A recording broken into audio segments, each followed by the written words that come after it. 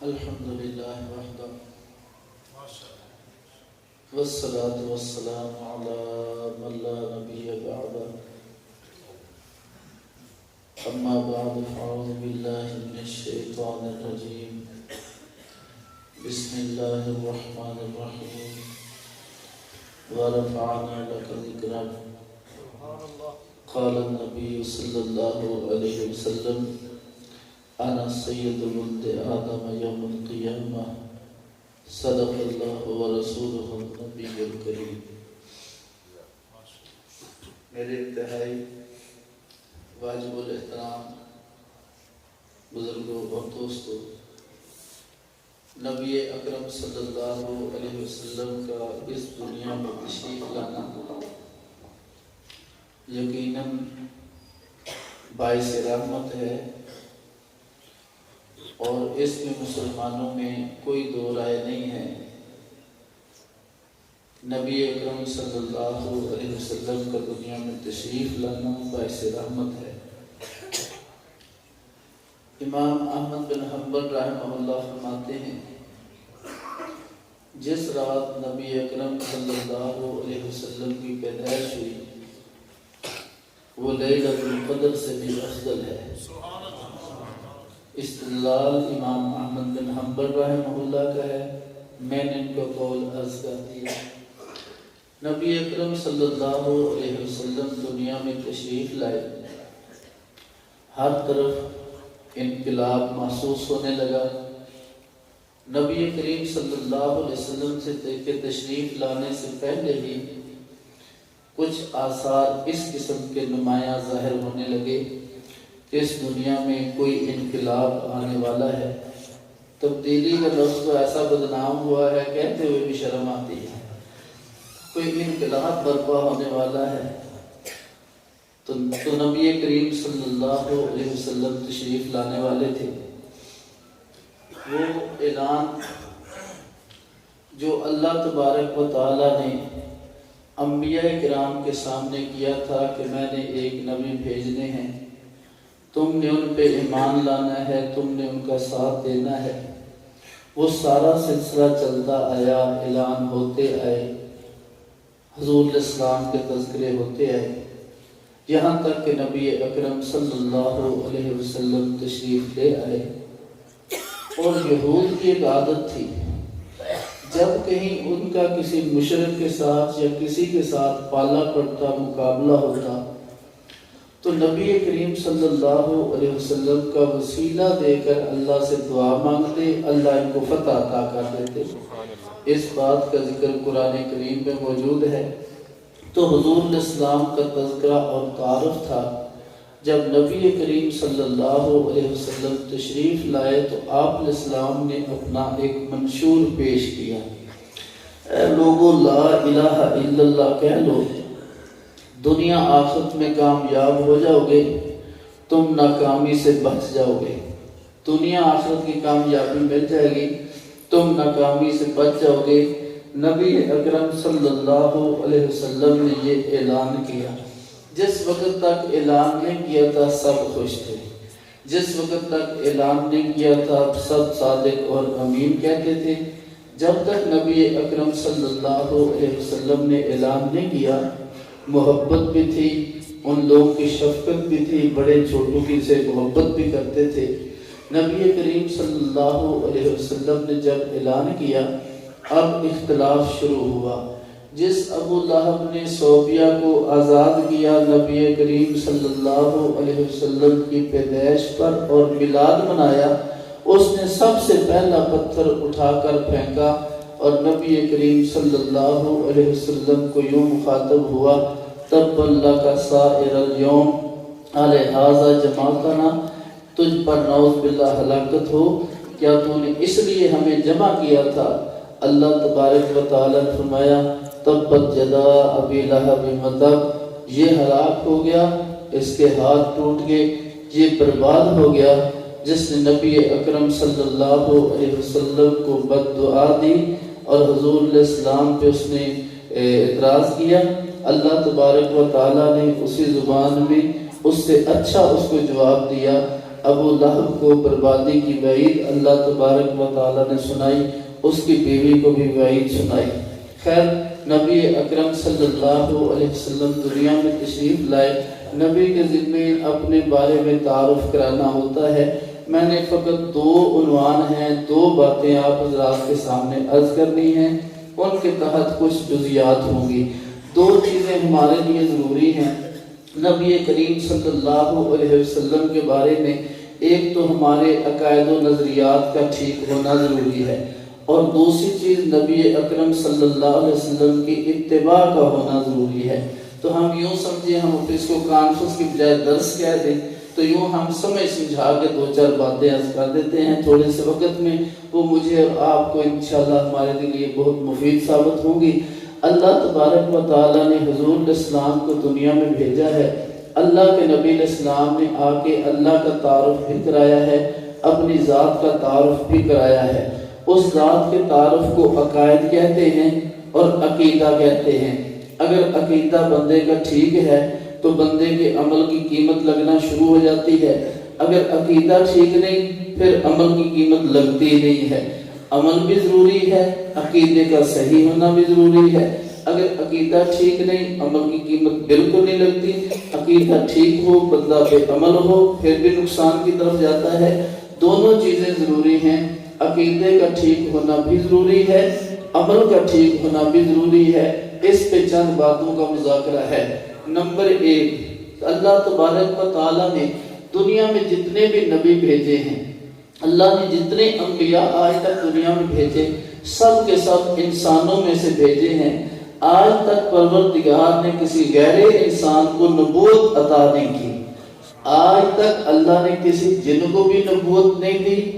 آج تک اللہ تبارک و تعالیٰ نے کسی فرشتے کو بھی نبوت نہیں دی۔ فقط نبوت دی ہے اللہ تبارک و تعالیٰ نے انسان کو، انسان کے علاوہ کسی اور مخلوق کو اللہ نے نبوت عطا نہیں کی۔ اس لیے نبی کے بارے میں پہلا نظریہ اور پہلا عقیدہ یہ رکھنا ضروری ہے، نبی انسان ہوتا ہے، انسان کے علاوہ نہ نبی جن ہوتا ہے نہ فرشتہ ہوتا ہے۔ اہل سنت والجماعت کی تمام عقائد کی کتابوں میں یہی لکھا ہے، اور جو بریلوی حضرات ہیں ان کی بہار شریعت میں یہی بات لکھی ہے، اور اس کے علاوہ جاء الحق میں بھی یہی بات لکھی ہے۔ احمد یار نعیمی صاحب نے، اس کے علاوہ اور مسلک کے بھی تمام علماء نے یہی بات لکھی ہے کہ نبی انسان ہوتا ہے، انسان کے علاوہ اللہ نے نبوت کسی اور کو عطا نہیں کی۔ نبوت کے بارے میں ہمارا پہلا عقیدہ نبی انسان ہے، نبی کو انسان کے علاوہ کچھ اور سمجھنا خلاف شریعت ہے۔ اس پہ ایک دلیل عرض کرتا ہوں۔ اللہ تبارک و تعالیٰ نے نبی کریم صلی اللہ علیہ وسلم کو اہل مکہ کی طرف بھیجا۔ اہل مکہ نے نبی کریم صلی اللہ علیہ وسلم کی بات کو تسلیم نہیں کیا۔ حضور نبی کریم صلی اللہ علیہ وسلم کی پیدائش ہوئی، پیدائش ہونے پر وہ متفق ہیں، حضور اسلام کی خصوصیات پر متفق ہیں، اللہ کے نبی علیہ السلام کے دنیاوی سارے کاموں میں متفق ہیں۔ نبی کریم صلی اللہ علیہ وسلم جب یہ دعوت دیتے ہیں اسلام کی اور دین کی تو پھر انہوں نے انکار کیا اور غصے ہو گئے۔ صرف وہ نہیں ہوئے، پہلے بھی نبی کریم صلی اللہ علیہ وسلم سے پہلے بھی جو انبیاء کرام آتے تھے، آ کر وہ اسلام کی دعوت دیتے تو کفار کا ایک ظہر ہوتا تھا ان انبیاء کے بارے میں، اور یوں کہتے ابشر یہدوننا فکفروا، کیا یہ بشر ہو کر ہماری رہنمائی کریں گے؟ وہ کافر ہو جاتے، لیکن انبیاء کی نبوت کو تسلیم نہ کرتے، بشریت کا اعتراض کر کے نبوت کا انکار کر دیتے۔ قرآن کریم میں اللہ تبارک و تعالیٰ نے ارشاد فرمایا والتین والزیتون وطور سینین وہذا البلد الامین لقد خلقنا الانسان فی احسن تقویم۔ تین اور زیتون کی قسم، طور سینا کی قسم، اس شہر مکہ کی قسم، ہم نے انسان کو بڑے خوبصورت سانچے میں ڈھالا ہے، ہم نے انسان کو بڑا خوبصورت بنایا۔ مفسرین کہتے ہیں قسم اور جواب قسم میں مناسبت ہوتی ہے، یہاں کیا مناسبت ہے؟ تینوں زیتون کی قسم کھائی جو حضرت عیسیٰ علیہ السلام کا جائے پیدائش ہے، طور سینا کی قسم کھائی جہاں حضرت موسیٰ علیہ السلام اللہ سے ہم کلام ہوتے تھے، وَهَذَا الْبَلَدِ الْأَمِينَ شہر مکہ کی قسم کھائی جو امام الانبیاء صلی اللہ علیہ وسلم کا جائے پیدائش ہے۔ پھر اللہ نے فرمایا ہم نے انسان کو بڑا خوبصورت پیدا کیا۔ قسم جواب قسم میں مناسبت کیا ہے؟ علماء مفسرین فرماتے ہیں مناسبت یہ ہے، اللہ فرماتے ہیں میں نے انسان کو بڑا خوبصورت پیدا کیا ہے۔ اگر تم نے انسانیت کا حسن دیکھنا ہے میرے عیسیٰ علیہ السلام کو دیکھو، اگر تم نے انسانوں کا حسن دیکھنا ہے میرے موسیٰ علیہ السلام کو دیکھو، اگر تم نے انسانیت کا حسن دیکھنا ہے میرے محمد رسول اللہ صلی اللہ علیہ وسلم کو دیکھو۔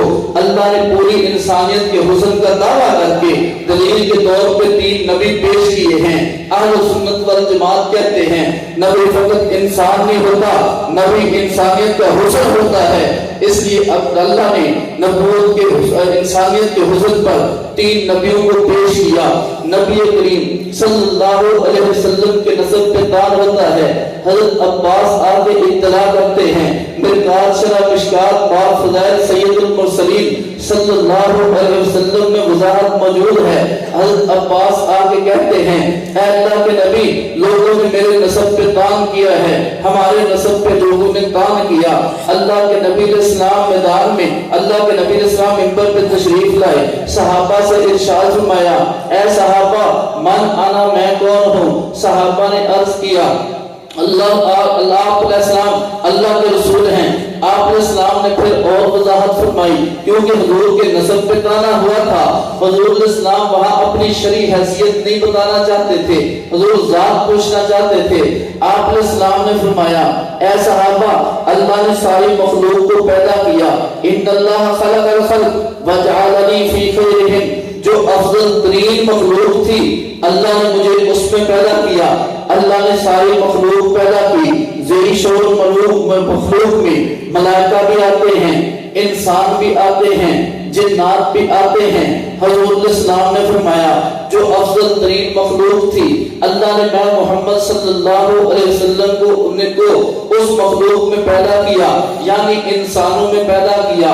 ثم جعلہم فرقتین، پھر 2 گروہ بنائے، ایک عرب بنے انسانوں میں سے ایک عجم بنے۔ فجعلنی فی خیر فرقہ، جو افضل ترین گروہ تھا عرب کا اللہ نے مجھے عرب میں پیدا کیا۔ ثم جعلہم قبائل، پھر ان کے بہت سارے قبیلے بنائے۔ فجعلنی فی خیر قبیلہ، جو افضل ترین قبیلہ تھا اللہ نے میں محمد علیہ السلام کو اس افضل ترین قبیلے میں پیدا کیا۔ ثم جعلہم بیوتا، پھر ان کے بہت سارے گھر بنائے۔ فجعلنی فی خیر بیتا، جو افضل ترین گھر تھا اللہ نے مجھے اس میں پیدا کیا۔ انا خیر نفسا و خیر بیتا، میں گھر کے اعتبار سے بھی پوری کائنات سے افضل ہوں، میں ذات کے اعتبار سے بھی پوری کائنات سے افضل ہوں۔ اللہ کے نبی اسلام نے بتا دیا اللہ نے ساری مخلوق کو پیدا کر کے مجھے اعلیٰ میں پیدا کیا، یعنی انسانوں میں۔ پھر انسانوں کے 2 گروہ بنائے، عرب عجم، مجھے عرب میں پیدا کیا، عرب کے بہت سارے قبائل بنائے، مجھے افضل قبیلے میں پیدا کیا، اس کے بہت سارے گھر بنائے، مجھے افضل ترین گھر میں پیدا کیا۔ حضور علیہ السلام تو فرما رہے ہیں میں سارے انسانوں میں سے چنا ہوں، سب سے برگزیدہ ہوں، سب سے اللہ نے افضل اعلیٰ بنایا، مجھے سارے انسانوں میں سے اللہ تبارک و تعالیٰ نے چنا۔ اس لیے سارے اہل سنت کا اتفاقی عقیدہ ہے نبی انسان ہوتا ہے، جن بھی نہیں ہوتا، فرشتہ بھی جن بھی نہیں ہوتا، فرشتہ بھی نبی فقط انسان ہوتا ہے۔ نمبر 2 اہل سنت والجماعت کا اتفاقی عقیدہ ہے اللہ تبارک و تعالی جس بندے کو نبوت دیتے ہیں وہ سارے انسانوں میں سے افضل اعلیٰ ہوتا ہے۔ عام بندہ چاہے جتنی عبادت کرے کسی نبی کے مقام کو حاصل نہیں کر سکتا۔ نبی سارے انسانوں میں سے چنے ہوئے ہوتے ہیں، برگزیدہ ہوتے ہیں، ہدایت پر ہوتے ہیں، اس لیے نبی کے برابر کوئی بندہ نہیں ہو سکتا۔ اللہ نے قرآن کریم میں بارہا فرمایا ہم نے ان کا انتخاب کیا، ہم نے ان کو چن لیا، ہم نے ان کو ہدایت دے دی۔ جو رب کا انتخاب ہے کوئی اور اس کا مقابل نہیں ہو سکتا۔ اہل سنت والجماعت کا دوسرا عقیدہ نبی سارے انسانوں میں سے افضل ہوتا ہے، نبی عام انسانوں کے برابر نہیں ہوتا۔ تیسرا عقیدہ نبی کریم صلی اللہ علیہ وسلم اور انبیاء کرام بھی ہیں، ان سب کا مقام آپس میں برابر نہیں ہے، کم و بیش ہے۔ اہل سنت والجماعت کا اتفاقی عقیدہ ہے انبیاء کا مقام آپس میں برابر نہیں۔ قرآن کہتا ہے تلک الرسل فضلنا بعضهم علی بعض، ان رسولوں میں سے ہم نے بعض کو بعض پہ فضیلت عطا کی ہے، اس لیے سب کا مقام برابر نہیں ہے، بعض کو بعض پہ فضیلت حاصل ہے۔ اس لیے اہل سنت کا عقیدہ ہے انبیاء کا مقام آپس میں برابر نہیں، ایک دوسرے سے بڑھ کے ہے۔ چوتھا عقیدہ، میرے آپ کے نبی حضرت محمد صلی اللہ علیہ وسلم تمام انبیاء سے افضل الاعلیٰ ہیں، تمام سے افضل الاعلیٰ ہیں۔ جماعت المسلمین کا کہنا تمام انبیاء کا مقام برابر ہے، بالکل غلط ہے۔ قرآن کہتا ہے وَرَفَعْنَا لَكَ ذِكْرَكَ، اے محمد صلی اللہ علیہ وسلم ہم نے آپ کے ذکر کو آپ کے لیے بلند کیا ہے۔ نبی کریم صلی اللہ علیہ وسلم نے فرمایا انا سید ولد آدم یوم القیامہ، میں قیامت کے دن ساری اولاد آدم کا سردار ہوں گا۔ حضرت علیہ السلام نے فرمایا انا اول الناس خروجا اذا بعثوا، جب لوگوں کو اٹھایا جائے گا سب سے پہلے میں محمد صلی اللہ علیہ وسلم کو اٹھایا جائے گا۔ انا قائدہم اذا وفدوا، جب لوگوں کو جمع کیا جائے گا ان کی قیادت کرنے والا میں محمد صلی اللہ علیہ وسلم ہوں گا۔ انا مبشر اذا ایسو، جب سارے لوگ رحمت خداوندی سے نا امید ہوں گے ان کو خوشخبریاں سنانے والا میں محمد صلی اللہ علیہ وسلم ہوں گا۔ جب لوگوں کو روک دیا جائے گا ان کی شفاعت کرنے والا میں محمد صلی اللہ علیہ وسلم ہوں گا۔ الکرامۃ والمفاتیح یومئذ بیدی، ساری کی ساری بزرگیاں سارے اعزاز اس دن میں محمد صلی اللہ علیہ وسلم کو حاصل ہوں گے۔ یطوف علیہ الف خادم کان محمد مکنون، اور ان منصور میرے ارد گرد ہزار غلام ہوں گے جیسے بکھرے ہوئے موتی ہوتے ہیں، جیسے سفید انڈے ہوتے ہیں۔ نبی کریم صلی اللہ علیہ وسلم نے فرمایا انا خیر نفسا و خیر بیتا، میں ذات کے اعتبار سے بھی پوری کائنات سے افضل ہوں، گھرانے کے اعتبار سے بھی پوری کائنات سے افضل ہوں۔ پانچواں عقیدہ، اللہ تبارک و تعالیٰ نے حضور علیہ السلام کو حضور علیہ السلام کے ساتھ ہمیں دو کے ساتھ ایک فضیلت یہ بھی اللہ نے عطا کی ہے، ختم نبوت کا عقیدہ اتنا بنیادی عقیدہ ہے۔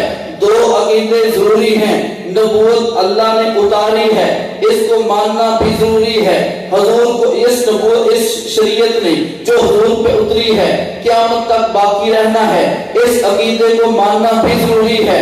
دو عقیدوں کا ماننا ضروری ہے، حضور پہ شریعت اتری ہے، اس کو جو نہیں مانتا مسلمان نہیں۔ نمبر دو، یہ شریعت قیامت تک رہے گی، اس کو ماننا بھی ضروری ہے، اگر اس کو بھی نہیں مانتا پھر بھی مسلمان نہیں۔ جو بندہ یوں کہے حضور کے بعد اور نبی آ سکتا ہے، گویا حضور کی شریعت کے کسی جز کا بھی قیامت تک ہونے کا قائل نہیں ہے، گویا وہ یوں کہہ رہا ہے حضور کے بعد جب نیا نبی آئے گا لا نام ہے۔ آپ علیہ السلام نے ان میں کئی کا ذکر بھی کیا، آخر میں فرمایا عدل عاقب، میرا ایک نام عاقب ہے، عاقب الذی لیس بعدہ نبی، عاقب اسے کہتے ہیں جس کے بعد کوئی نبی نہ ہو۔ میں محمد صلی اللہ علیہ وسلم کے بعد بھی کوئی نبی نہیں ہے۔ میں نے بہت مختصر اور بہت اختصار کے ساتھ چند باتیں عرض کی ہیں، نبوت کے بارے میں نے چند عقائد عرض کیے، تفصیلی تو کوئی تربیتی نشست ہو 4-6 گھنٹے کی اس میں تفصیلی بات ہو سکتی ہے،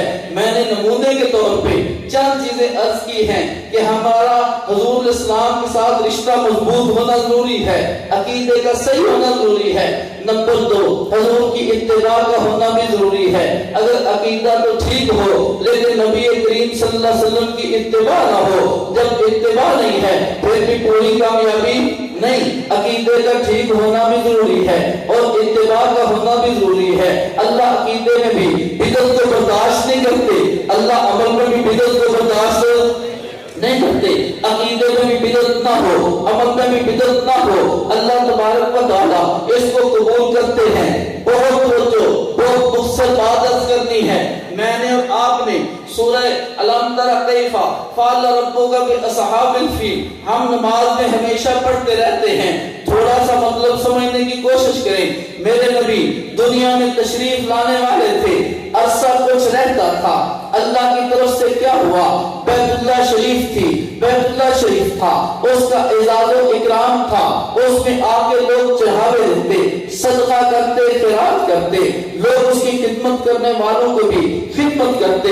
ایک ابرا نامی آدمی، گندے ذہن کا بندہ، اس نے کہا نہیں، خانہ خدا ہے، مسلمانوں کا تسلط اور قبضہ ہے، مسلمان اس سے کھاتے پیتے ہیں، شاید ان کا یہ روزگار ہے، یہ روزگار ختم ہونا چاہیے۔ اس کے مقابلے میں میں خوبصورت سا بیت اللہ بناتا ہوں، اس کو مزین کرتا ہوں، وقت کے زمانے کی ساری اس میں راحت کی چیزیں، ساتھ کا سامان رکھتا ہوں، لوگ سادہ بیت اللہ کو چھوڑ کر اس میرے خوبصورت بیت اللہ کی طرف آ جائیں گے۔ جو مراعات ان کو ملتی تھی وہ ساری مجھے ملیں گی، جو اعزاز ان کو ملتا تھا وہ اعزاز مجھے ملے گا، جو اعزاز و اکرام ان کا ہوتا تھا وہ اعزاز و اکرام میرا ہوگا۔ اس نے اصل سادہ بیت اللہ کے مقابلے میں بڑا خوبصورت بیت اللہ بنایا۔ جب وہ بیت اللہ بن گیا، تیار ہوا، دو قول ہیں۔ ایک قول یہ ہے کسی بندے نے اس بیت اللہ میں اس کی شان گندگی مل گئی، اس کو گندا کر دیا، بادشاہ کو غصہ آ گیا، یہ کس نے بدتمیزی کی ہے؟ جب ایسا ہے میں ان کا بیت اللہ گرا دیتا ہوں، پھر تو لوگ میرے بیت اللہ کی طرف ہی آئیں گے۔ دوسرے قول کے مطابق کہیں آگ جلی، وہ آگ آ کے اس میں داخل ہوئی، وہ سارا جو بیت اللہ جیلی بنا تھا وہ سارے کا سارا جل کے راکھ ہو گیا۔ اس بادشاہ کو غصہ آیا کہ یہ جلا ہے، میں جا کے مسلمانوں کے بیت اللہ کو جا کے شہید کر دیتا ہوں۔ جب اس کو شہید کر دوں گا پھر دنیا میں ایک بیت اللہ ہوگا، لوگ کہاں آئیں گے؟ اسی ایک پر، جو ایک ہوگا لوگ اسی پر آئیں گے، اسی کو آباد کریں گے، اسی کی شان و شوکت ہوگی، اس کے مجاور کی شان و شوکت ہوگی، اس کا خیال کرنے والے کی عزت ہوگی۔ بادشاہ نے اتنا سوچا، اپنا لشکر دیا، جلوس نکالا اور لے کے چل پڑا، میں نے اصل بیت اللہ کو گرانا ہے۔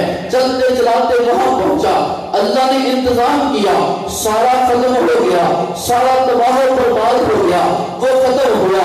اصلی بیت اللہ کا ایک بار بھی بھیگا نہ کر سکا، اصل بیت اللہ کو کوئی نقصان نہ پہنچا سکا۔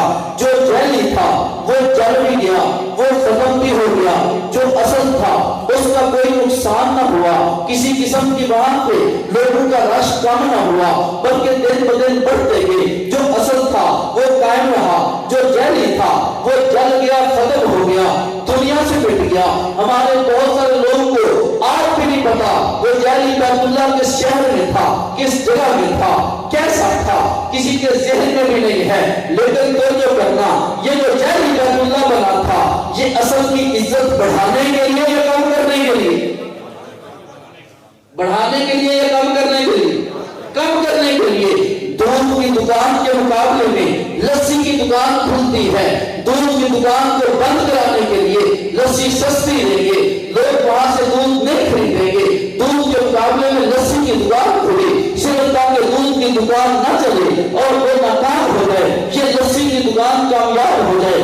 اس نے جیلی بیت اللہ بنایا، اصل بند ہو جائے، جیلی آباد ہو جائے، بند نہیں بھی ہوتا، چند بندے وہاں سے بھولے بھالے لوگ بھول کے ادھر آ جائیں گے، کم از کم کچھ عزت میں کمی آئے گی، کچھ حرمت میں کمی آئے گی، کوئی اعزاز میں کمی آئے گی، کوئی وہاں کی آمدن میں کمی آئے گی۔ لیکن دنیا کا ہر مسلمان دعوے سے کہہ سکتا ہے جیلی کو اللہ نے قبول نہیں کیا، جو اصل تھا وہ دنیا کا مرکز تھا، جو اصل تھا وہ ملائکہ کے اترنے کا محل تھا، جو اصل تھا اس پر رب کی رحمت برستی تھی، جو اصل تھا وہ حضرت ابراہیم علیہ السلام اور حضرت اسماعیل علیہ السلام نے بنایا تھا، جو اصل تھا اس کا ملائکہ طواف کرتے تھے۔ جو جیلی بنا یہ دنیا کا مرکز بھی نہیں تھا، جو جیلی بنا اس کو انبیاء نے بنایا بھی نہیں ہے، جو جیلی تھا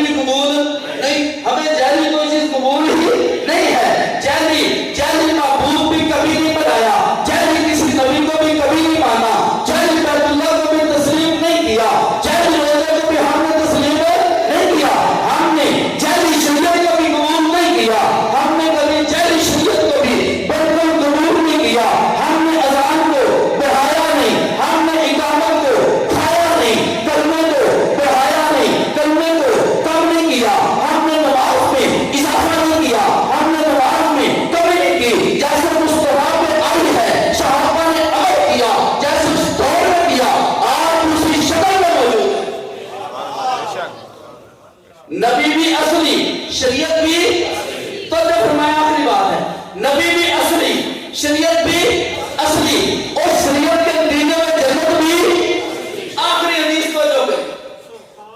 حضور علیہ السلام گھر سے نکلے، صحابہ بیٹھے، حضور کریم تشریف لا رہے ہیں، صحابہ اس میں ویسے تو دوسرا کر رہے ہیں۔ ایک صحابی کہہ رہے ہیں آدم علیہ السلام اللہ کے خلیل ہیں، دوسرے صحابی کہتے ہیں حضرت موسیٰ علیہ السلام کلیم اللہ ہے، تیسرے صحابی کہتے ہیں عیسیٰ علیہ السلام کلمۃ اللہ ہے، چوتھے صحابی کہتے ہیں آدم علیہ السلام مصطفیٰ ہے۔ یہ چار باتیں ہوئی، حضور تشریف لائے، آپ علیہ السلام نے فرمایا اے صحابہ سمیت کلامکم وعجبکم، میں نے تمہاری گفتگو سنی ہے، میں نے تمہارا تعجب سنا ہے، تمہیں تعجب ہے آدم علیہ السلام اللہ کے مصطفیٰ ہیں، تمہیں تعجب ہے نوح علیہ السلام کے بارے میں، تمہیں تعجب ہے ابراہیم علیہ السلام کے خلیل ہونے کے بارے میں، تمہیں تعجب ہے حضرت موسیٰ علیہ السلام کے کلیم اللہ ہونے میں، تمہیں تعجب ہے حضرت عیسیٰ علیہ السلام کے کلمۃ اللہ ہونے میں، اور بالکل ایسے ہے، بالکل کو یہ مقام ملا ہے، مسلمان تو تمام انبیاء کو تسلیم کرتا ہے، سب پر حق ہیں، سب کا مقام و مرتبہ ہے، سب کی گستاخی کفر ہے، سب کا احترام واجب ہے۔ حضور نے فرمایا میں نے سب سنا، لیکن سنو انا حبیب اللہ بلا فخر، میں اللہ کا محبوب ہوں، بغیر فخر نہیں کہتا۔ رب نے یہ اعزاز میں محمد کو اعلان کیا ہے۔ پھر آپ علیہ السلام نے فرمایا انا اول شافر میں مشفع یوم القیامہ، میں پہلا شخص ہوں جو قیامت کے شفاعت کروں گا، میں وہ پہلا شخص ہوں جس کی شفاعت کو کل قیامت کے دن سب سے پہلے قبول کیا جائے گا۔ اور اگر سے سوچا جائے جو شفاعت کرنے والا ہوتا ہے وہ مختار کل نہیں ہوتا، مختار کل وہ ہوتا ہے جو شفاعت کو قبول کرتا ہے۔ مصطفیٰ شفاعت کریں گے، اللہ شفاعت کو قبول کریں گے۔ حضور علیہ السلام نے فرمایا انا حامل لواء حمد یوم القیامہ، قیامت کے دن ہم کے جھنڈے کو اٹھانے والا میں محمد صلی اللہ علیہ وسلم ہوں گا، بغیر فخر نہیں کہتا۔ رب نے یہ اعزاز میں محمد علیہ السلام کو عطا کیا ہے۔ آپ علیہ السلام نے فرمایا میں وہ پہلا شخص ہوں جو جا کے جنت کے دروازے کو کھٹکھٹاؤں گا، اس سے میرے لیے کھلا رہوں گا، اس میں میں محمد داخل ہوں گا، میرے ساتھ فقراء مومنین ہوں گے، بلا فخر بغیر فخر نہیں کہتا۔ یہ اعزاز میں محمد کو اللہ نے عطا کیا ہے، جو جنت میں مصطفیٰ نے بتائی ہے، اس جنت کا دروازہ سب سے پہلے میرے مصطفیٰ کھٹکھٹائیں گے۔ جس دروازے کو مصطفیٰ نہ کھٹکھٹائے وہ جنت کا دروازہ نہیں، اس دروازے میں میرے مصطفیٰ سب سے پہلے داخل ہوں گے، فقراء مومنین صحابہ ساتھ ہوں گے۔ جس دروازے میں میرے مصطفیٰ داخل نہیں ہوئے وہ جنت کا دروازہ نہیں ہے۔ میرے مصطفیٰ جس جنت کا تذکرہ کرتے ہیں اس کے دروازے پہ رش نہیں ہوتا، جس کے دروازے پہ پولیس لاٹھی لے کے کھڑی ہو، لمبی لائن لگی ہو، وہ جنت کا دروازہ نہیں ہے۔ میرے نبی نے جو جنت بتائی ہے اس میں جانے کے بعد موت نہیں ہے، جس دروازے سے گزرنے کے بعد موت آ جائے وہ جنت کا دروازہ نہیں ہے۔ میرے مصطفیٰ نے جنت بتائی اس میں گزرنے کے بعد بڑھاپا نہیں ہے، جس دروازے سے گزرنے کے بعد بڑھاپا آ جائے وہ میرے مصطفیٰ کی بتائی ہوئی جنت نہیں ہے۔ میرے مصطفیٰ نے جو جنت بتائی اس میں جانے کے بعد بیماری نہیں ہے، جس دروازے سے گزرنے کے بعد بیماری آ جائے وہ میرے مصطفیٰ کی بتائی ہوئی جنت نہیں ہے۔ تیرے پاس تو نے روزہ بھی جیلی بنایا، تو نے شریعت بھی جیلی بنائی، اور تو نے اپنی مرضی کے مطابق اپنے لیے جنت بھی جیلی بنائی۔ شریعت جیلی ہوگی، جنت جیلی ہوگی، شریعت اصلی ہوگی، جنت اصلی ہوگی۔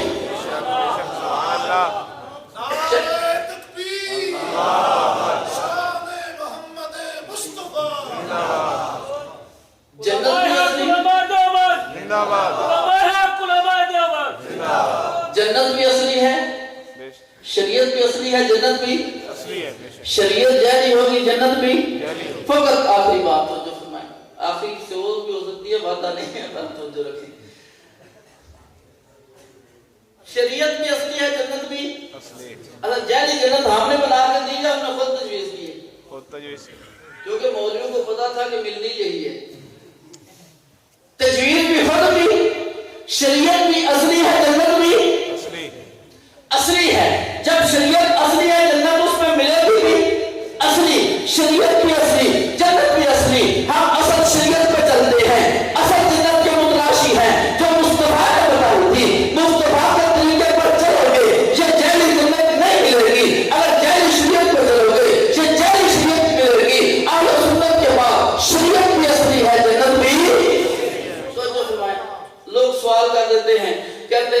فرمایا جی یہ جعلی شریعت کا کس کو کیا فائدہ؟ میں نے کہا فائدہ تو بہت ہے، اصلی شریعت میں زکوٰۃ مجھے نہیں آپ دیں گے، کسی مدرسے کو نہ دیں گے، کسی بیوہ کو دیں گے، کسی مستحق کو دیں گے، لیکن اگر جعلی شریعت ہوگی تو پہلی پلیٹ میری ہوگی کہ نہیں ہوگی؟ تو میں نے کہا شریعت جعلی کا تو فائدہ ہے نا۔ آخری بات اب آخری سن لو، تو فرمائیں میرے مصطفیٰ سفر شروع کرتے ہیں، شروع کیا سفر، حضور علیہ السلام نے سفر شروع کیا، معبد کے خیمے پر پہنچے، جب ہجرت کر کے تشریف لے جا رہے تھے ایک دبلی کمزور بکری دیکھی، فرمایا بکری ہمیں تھوڑا دودھ چاہیے، کھانا چاہیے، عیدن لینا چاہتے ہوں گے، ان نے عرض کیا نہ دودھ ہے، یہ ایک لاغر بکری ہے، فرمایا مجھے دے دو، ان نے فرمایا کہ نہیں یہ لاغر بکری دودھ نہیں دیتی، فرمایا یہ لاغر بکری دے دو، بسم اللہ کر کے تھنوں کو ہاتھ لگایا، تھن دودھ سے بھر کے، جب بھر کے دودھ نکالا گیا ایک بڑا برتن دودھ کا بھرا گیا، وہ بھرنے کے بعد معبد کو دیا گیا، ساتھ والوں کو دیا، میرے مصطفیٰ نے دودھ کے برتن بھر کے اپنے ساتھ والوں کو پہلے پلایا، پھر دوسرے برتن میں دودھ دیا گیا، مصطفیٰ صلی اللہ علیہ وسلم نے وہ دودھ خود پیا۔ حضرت ابو ہریرہ فرماتے ہیں ایک موقع تھا میں بھوک و پیاس کی حالت میں حضور کی مجلس میں بیٹھا تھا، کھانے پینے کے پاس کچھ نہیں تھا، بھوک بہت لگی ہوئی تھی، کہیں سے دودھ آیا، آپ علیہ السلام نے حضرت ابو ہریرہ کو فرمایا اے ابو ہریرہ یہ دودھ اٹھاؤ اور صحابہ کو پلاؤ۔ ابو ہریرہ فرماتے ہیں میرے دل میں خیال آیا، حضور فرماتے تم پیے، کچھ نہ کچھ گزارا ہو جاتا، فرمایا اوروں کو پلاؤ۔ حضرت ابو ہریرہ تعمیل حکم میں وہ دودھ اٹھا کے سارے صحابہ کو پلاتے گئے، سب کو پلاتے گئے، دودھ ختم نہ ہوا، شہباری آئی حضرت ابو ہریرہ کی، حضور علیہ السلام نے فرمایا ابو ہریرہ دودھ کو پیو، انہوں نے پیا، فرمایا اور پیو، پھر پیا، فرمایا اور پیو، پھر پیا، فرمایا اور پیو، عرض کی اللہ کی قسم اور دودھ میں نہیں پی سکتا، انہوں نے حضور علیہ السلام کو دیا، آپ نے اپنے لبن مبارک سے لگایا اور دودھ مبارک دودھ کو پیا، آپ نے السلام نے پیا، دودھ ختم ہو گیا، تو جو کرے میرے مصطفیٰ پیر تھے، صحابہ مرید تھے، میرے مصطفیٰ استاد تھے، صحابہ شاگرد تھے، مصطفیٰ نے پہلے پیا یا آخر میں؟ مصطفیٰ نے آخر میں پیا، لیکن تمہارا مولوی کہتا ہے جب دیر پکاؤ پہلی پلیٹ میری نکال لینی ہے، اگر میں نہ بھی پہنچ سکا اس کو نکال کے ڈھانپ کے رکھ لینا کیونکہ میں آگے پھر وصول کر لوں گا۔ مصطفیٰ دودھ پیتے آخر میں، تیرا مولوی دودھ پیتا پہلے، مصطفیٰ کھانا کھائے آخر میں، تیرا مولوی کھانا کھائے پہلے، خدمت کی باری ہو مصطفیٰ خدمت کریں پہلے، صحابہ خدمت کریں بعد میں، خدمت کی باری ہو تیرا مولوی بعد میں، تیری عوام پہلے۔ سمجھ نہیں آتی کہ شریعت کس چیز کا نام ہے؟ بات تو ان کے مولوی نے سچی لکھی تھی، اس نے کہا تھا میری شریعت پر لازم پکڑنا تمام فرائض میں سے عام ترین فریضہ ہے۔ دنیا کا مسلمان نماز چھوڑ دے، مسلمان معاشرے میں کوئی تانا زنی نہیں ہے، کوئی ذلت و خواری نہیں ہے، کوئی شرم نہیں دلائی جاتی، زکوٰۃ چھوڑ دے، شرم دلانے والا کوئی نہیں، حج چھوڑ دے، شرم